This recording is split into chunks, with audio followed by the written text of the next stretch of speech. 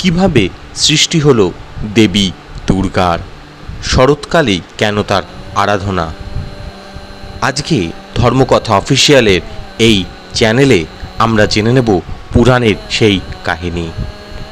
মহিষাসুরের অত্যাচার থেকে ত্রিভুবনকে রক্ষা করতে সব দেবতার তেজ থেকে সৃষ্টি হয় দুর্গার।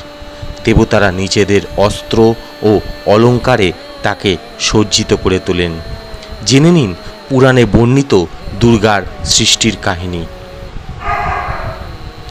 পৌরাণিক মতে এই বিশ্বব্রহ্মাণ্ডের সব শক্তির মিলিত রূপ হলেন দেবী দুর্গা।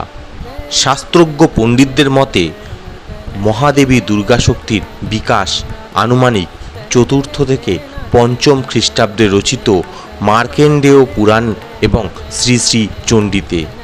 তবে সূত্রপাত হয় মহাভারত, বিষ্ণু পুরাণ, হরিবংশ, দেবী পুরাণ, ভাগবত ও বাসন পুরাণ।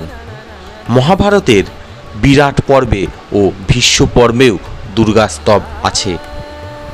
বিষ্ণু পুরাণের 5ম অংশে দেবকীর গর্ভে দুর্গার জন্মানোর বৃত্তান্ত আছে। শ্রী শ্রী চণ্ডীতে বলা হয়েছে তিনি জগৎপালিকা, আদ্যাশক্তি ও সনাতনী। পুরাকালে মহিষাসুরের অত্যাচারে স্বর্গ থেকে বিতাড়িত হয়ে দেবতারা শ্রী বিষ্ণু ও মহাদেবের কাছে সাহায্যের জন্য উপস্থিত হন। প্রবল পরাক্রমশালী মহিষাসুরকে বধ করার জন্য সব দেবতার তেজ থেকে এক অপূর্ব নারীর সৃষ্টি হয়। দেবতারা তাকে নিজেদের অস্ত্র ও অলঙ্কার দিয়ে সজ্জিত করে তোলেন।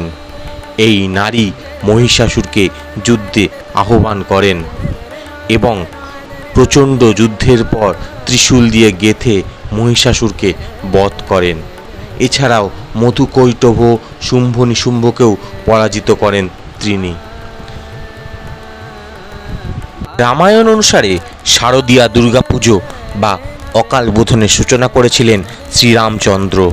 তিনি রাবণের হাত থেকে সীতাকে উদ্ধার করার জন্য লঙ্কা অভিযান করার আগে অকাল বোধন করে শরৎকালে মা দুর্গার পুজো করেন। রামচন্দ্রের আরাধনায় সন্তুষ্ট হয়ে তাকে বর দেন দেবী।